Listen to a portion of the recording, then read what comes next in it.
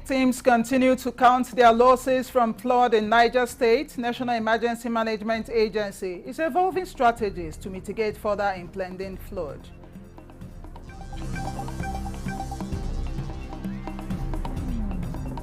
Head of the Civil Service of the Federation pledges to ensure all workers in public sector benefit from employees' compensation scheme.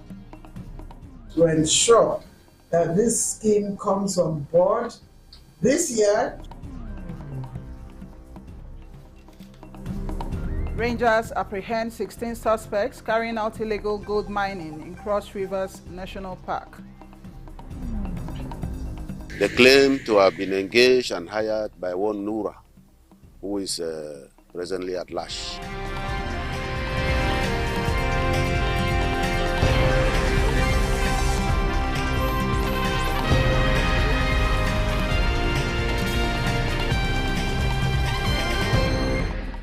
Hello and welcome to the news desk at 3 on NTN News 24. We are live in Abuja. I am Chinenye Ngoye.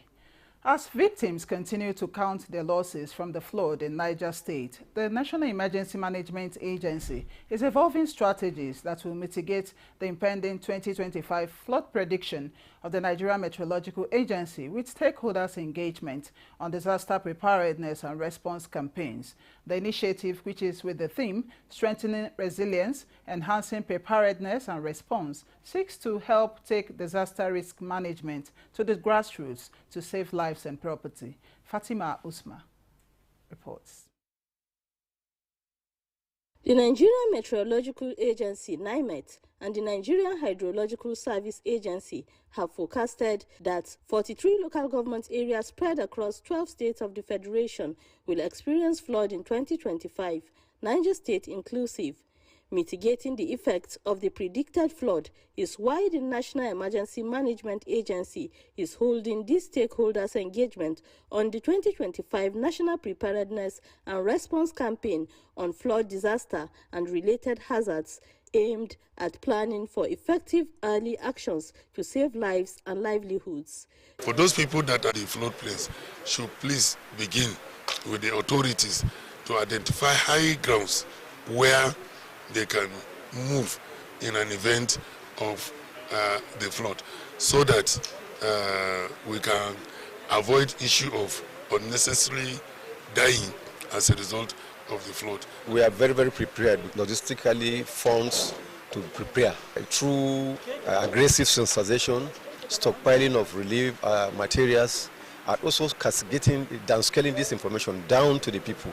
Everybody to study the weather when wind is coming, not to go on the river. Stakeholders at the engagement discussed extensively on how best to mitigate the impact of flood, while also pledging their commitment to partnering relevant authorities to effectively reduce impact of impending flood disasters. I'm Fatima Usman, NTA News. We are now being joined live via Zoom by Dr. Ibrahim Audu Hussaini, Director, Information and Special Duties, and Acting Director General of the Niger State Emergency Management Agency, who will give us an update on development regarding the recent flooding in the state. Many thanks for joining us on the news desk at 3, Dr. Hussaini. Good afternoon. Yes. Reports indicate the death toll has continued to increase. What figures do you have at hand at the moment? Yes, the excavator was brought in yesterday, and we have 2 more dead recovered under the bridge.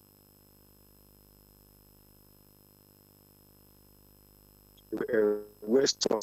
So 2 dead bodies were exhumed. In fact,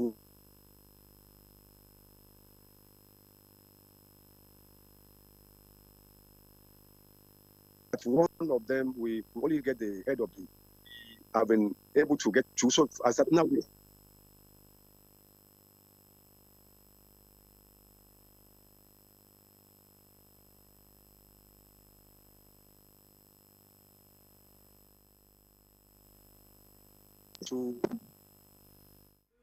we seem to be having some audio challenges with Dr. Hussaini there.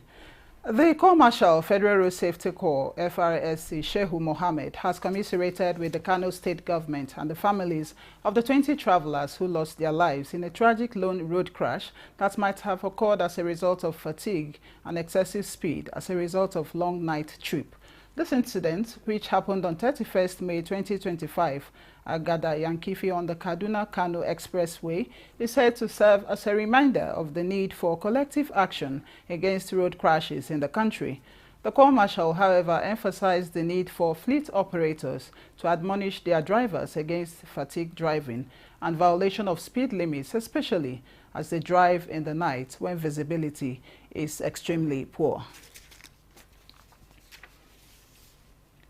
The head of the Civil Service of the Federation, Didi Esther Walsinjak, says her office will support activities of the Nigeria Social Insurance Trust Fund, NSITF, to ensure that all workers in the public sector benefit from the Employees' Compensation Scheme. She made this commitment when the Managing Director of the Trust Fund, Oluwaseun Faleye, led his management team to her office to kickstart a nationwide sensitization campaign on the program. All the encouragement, and will work with you to ensure that this scheme comes on board this year, 2025, and that it comes to stay. It was only a couple of weeks ago that the Federal Executive Council approved the Group Life Assurance Scheme. Now, of course, the administration started with the new minimum wage and the consequential adjustments to salaries arising from the new minimum wage. And then it added the wage award, that it is because we take welfare of civil servants very seriously that last year we launched the free eye screening program. As at last year, we developed the rewards and recognition policy coming up in June as part of the Civil Service Week. The Trust Fund, Oluwaseun Faleye, allows the welfare-centered initiatives of the Head of Service, including the Federal Civil Service Strategy and Implementation Plan 2025. He says NSITF has remained focused on surmounting barriers on implementation of the Employees' Compensation Scheme and the Federal Civil Service, in particular with the desired outcome being to enhance the social protection available to federal civil servants. Arises. The other one is to, of course, understand what the claim processes are, to be very clear on that so that we can eliminate delays in the process, in claim process timeline particularly. One of our core mandates is also ensuring that workplaces are safe. Faleye maintains that the fund feels the need to undertake a comprehensive stakeholders engagement to educate workers on the benefits of the scheme and the process of making claims under the scheme when anyone suffers work-related challenge, incapacitation, or death. The federal government, with the support of Australia, is equipping farmers in 3 states to adopt smart agriculture for improved production in line with the food security program of the federal government. Victoria Kasua Ojito reports that the intervention seeks to achieve this through mitigating impact of climate change on food production. Nasarawa, Benue and Zamfara are 3 states selected to benefit from the program supported by the Australian Aid and the Leprosy Mission Association. It is a 5-year intervention that covers training of farmers on smart agriculture, resilience and adaptation to climate change, as well as empowerment to boost agricultural production. In Nasarawa State, farmers from the selected 5 local government areas have been trained and enlightened on effect of climate change on crops and how to reduce its impact as participants receive farm implements. One of the outcomes that we are here to do. We're here to talk about climate change, as it is also part of the mark of our mission, and also to align to the Sustainable Development Goals. The environment section, most of the farmers, they cut down trees anyhow, and such tree creates serious problem to their crops. It causes flooding, causes drought. These are part of the effects of climate change. The program also includes intervention in health to eliminate leprosy and other diseases in the 3 states. In Lafia, Victoria Kaswa Ojito, NTA News. More than 70 women, including those with special needs from the 6 North Central states and the FCT, are undergoing a 3-day training on sack farming, home garden and financial literacy in Minna, the Niger State capital. Dauda Mohammed reports on the training under the Federal Ministry of Agriculture and Food Security in line with the initiative of the First Lady, Oluremi Tinubu. This training workshop and sensitization of small-scale women farmers and people with special needs, drawn mainly from cooperative societies and women groups, aims to spread the innovative knowledge of sack farming and revolutionize food production in the country. This workshop is just the beginning of a journey that will take us to the 6 political zones in Nigeria. The essence of it is that they will come, learn, and go back to teach others. This training will assist both women and people who are challenged by insecurity to be able to cultivate yam in particular. Women being the backbone of the society and those with special needs whom are most vulnerable are the target beneficiaries. My challenge is not stopping me from watering my little thing at farm. If it is a large farm, of course I will have to employ people that will go into my farm and then farm it for me, and then I pay them. It's the moment they see your yield and the moment they see what they are getting from it, they too, they will key in. As the trend of sack farming gains momentum across the country, training models like this ensures that the concept of smallholder farmers guaranteeing food security is achievable. From Minna, Dauda Mohammed, NTA News. This is the News Desk at 3 on NTA News 24. We'll take a break here. There will be more reports when we return. This day.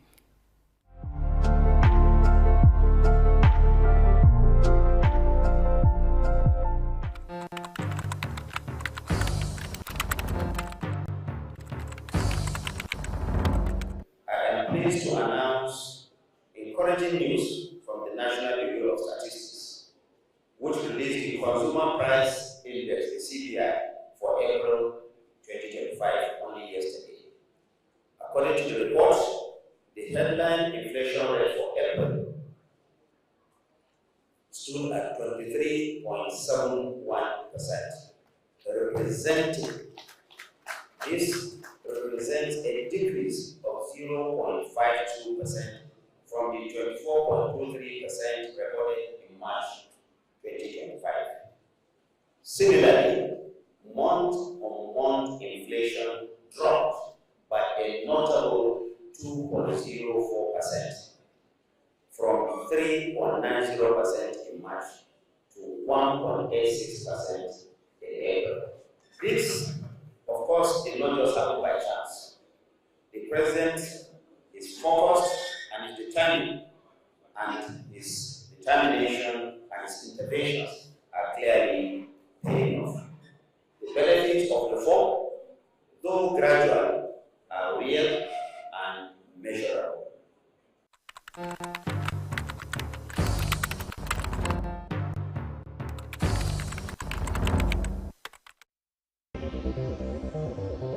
This is NTA News 24.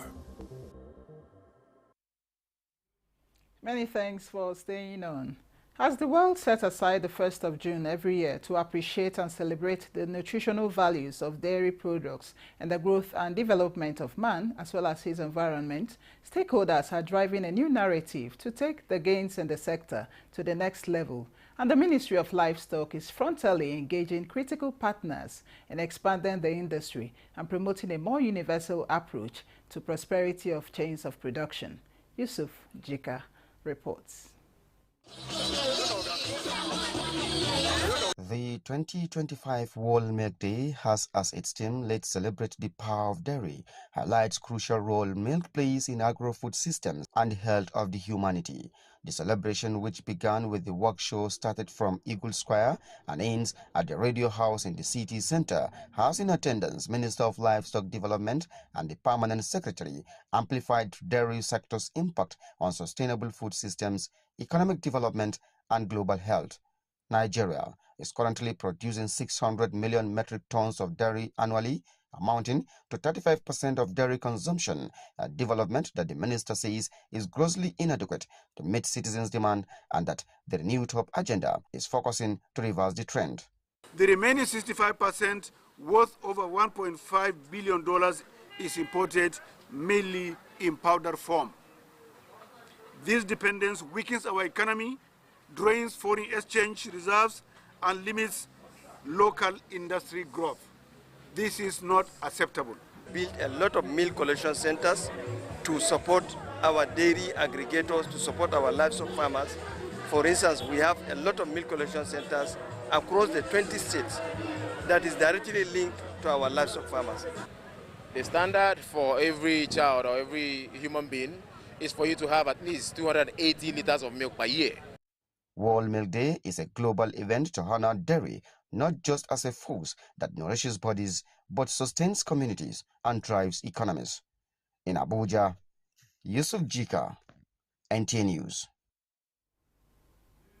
Ahead of this year's Hajj, Saudi Arabia has held a military parade in Makkah to showcase the security forces' capabilities, including armored vehicles, aviation, and special units to maintain order and address any potential issue during the Hajj. Tope Alabi reports. Military parades have been a common occurrence leading up to the Hajj, often with a focus on security and public order. It is a show of strength in Saudi Arabia's readiness as pilgrims from around the world converge on Mecca for the annual Hajj pilgrimage.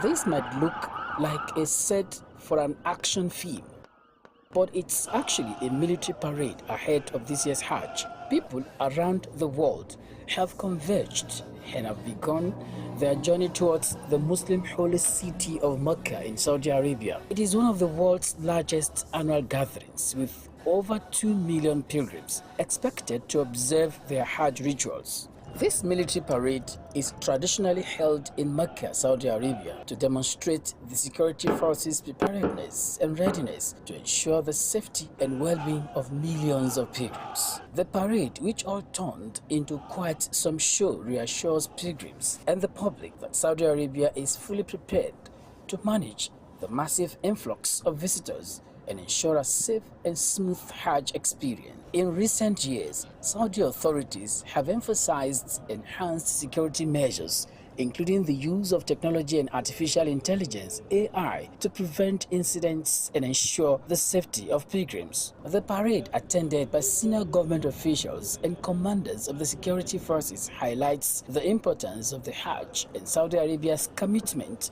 to its success. This year's Hajj rituals will be performed between the 8th and 13th day of Dhul Hijjah in the Islamic lunar calendar, corresponding to between 4th and the 9th June 2025. From Mecca in Saudi Arabia, Tope Alabi, NTA News. A professor of risk management and insurance, Tajuddin Yusuf, has called for the integration of Takaful, or Islamic insurance, into national frameworks with regulatory reforms and ethical repositioning of insurance to serve the public good. These recommendations were the main thrust of his presentation at the University of Lagos 435th inaugural lecture for the 2024-2025 academic session. Tope Alabi reports. It is my honor to invite Professor Tajuddin Olayekan Yusuf Titled Risks, Ethics, and the Road Less Taken, Navigating the Journey Between Insurance and Takaful. The lecture was the fifth in the history of the Department of Actuarial Science and Insurance and first to be delivered by a member of the insurance unit. Professor Tajuddin Yusuf shared a reflective account of his personal and professional journey from an initial disinterest in insurance to becoming the first professor of insurance at the University of Lagos, a testament to his dedication and scholarly evolution. The paradigmatic inquiry connecting three core elements: the nature of the risk, the moral framework of ethics, and the transformative potential of an unconventional path, specifically the shifts from traditional insurance to the Islamic Takaful model. Drawing from his over 26 years of expertise in risk management, the co-imam of the Unilag Muslim community and former chairman of the Lagos State's Muslim Pilgrims Welfare Board explored the potential of Takaful for risk management and financial inclusion. The Islamic economic system is value-laden. It orients itself towards justice, solidarity, and human dignity. The Takaful model embodies true mutual cooperation, ta'awun, shared responsibility, and risk pooling. It highlights the need for ethical alignment, regulatory evolution, and strategic risk management in shaping the future of financial protection. Today in Nigeria, we have Takaful operators who are operating as a composite Takaful company, which means they can also cover what the conventional Takaful is covering.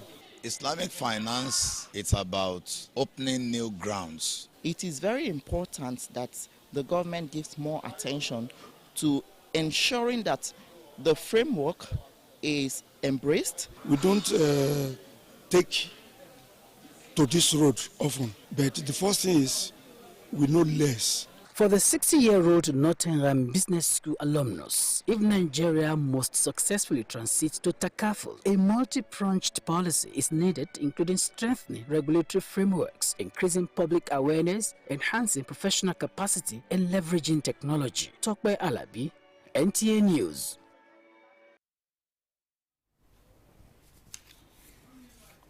We'll be rejoining Ibrahim Audu Husseini, who is giving us an update on the development regarding the recent flooding in the state. So how is the community coping with the situation with regards to picking up their pieces and rebuilding their lives?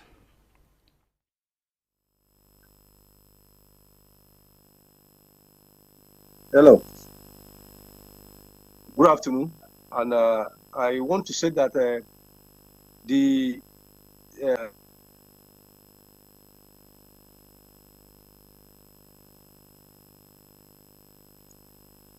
search and rescue operation is still very much on. We have recovered 2 people since the update of 151. We have 153 now. And other communities upstream and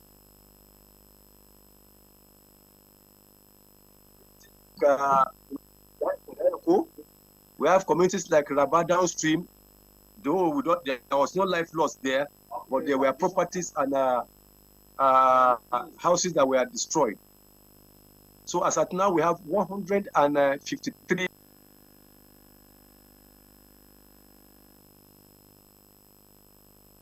Yes. Kindly update us on the situation at the camps that the state government has opened to cater for the victims. Yes, but the problem we have with the camp is that most of these people, because they are indigenous and they have they are not willing to come to the camp to stay, so they are living with the host community. So based on this, we have identified the host community they are living in, and all the assistance we will render to them is going to be based on this their community, because we have formed a committee comprising of all the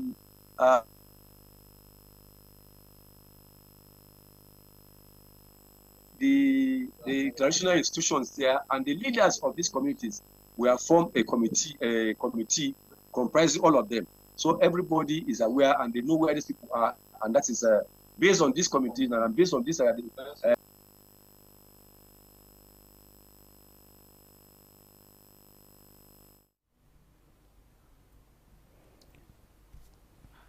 All right. Thank you so much, Dr. Ibrahim Hussaini, for that update. But we'll keep a tab on you to know the latest developments as events unfold. A patrol team of rangers at the Cross River National Park has apprehended 16 suspects carrying out illegal gold mining in the Okwagwo sector of the park in Bokiloki government area. The park authority advises Nigerians to shun illegal mining activities due to its negative consequences, as the suspects will be duly prosecuted at the court of law. Paul Abel reports. Cross River National Park is a protected area established under the National Service Act 46 of 2010, covering 4 local government areas of the state. Therefore, some activities including logging, poaching, hunting, farming, mining, among others, have been prohibited. It is based on this premise that these 16 suspects, who are all from outside the state, were arrested on 27th May 2025, carrying out illegal mining for gold along Mayokwa River in Okwa Bomaji axis of the park. They claim to have been engaged and hired by one Nura, who is presently at large. Items recovered include spades, shovels, diggers, sievers, and other items. Illegal mining has significant negative consequences not only on the environment, but also on the community and the economy at large. Some of the suspects confess to the crime, feigning ignorance, but appeal for clemency. We do mining work from Gumaji. Then tell us, say, we could just come. Our Oga dead there. I won't pray and now I'm just begging and then you just let them have patience on us. The Cross River National Park maintains that it will continue to collaborate with the Anti-Illegal Mining Committee of the state government and other stakeholders to sustain its public sensitization on the negative impact of illegal mining activities. Meanwhile, the 16 suspects have been profiled and will be prosecuted in the court of law. In Calabar, Paul Abel, NTA News. And that concludes the news desk at 3 on NTA News 24. We thank you so much for being a part of it. I am Chinenye Moye.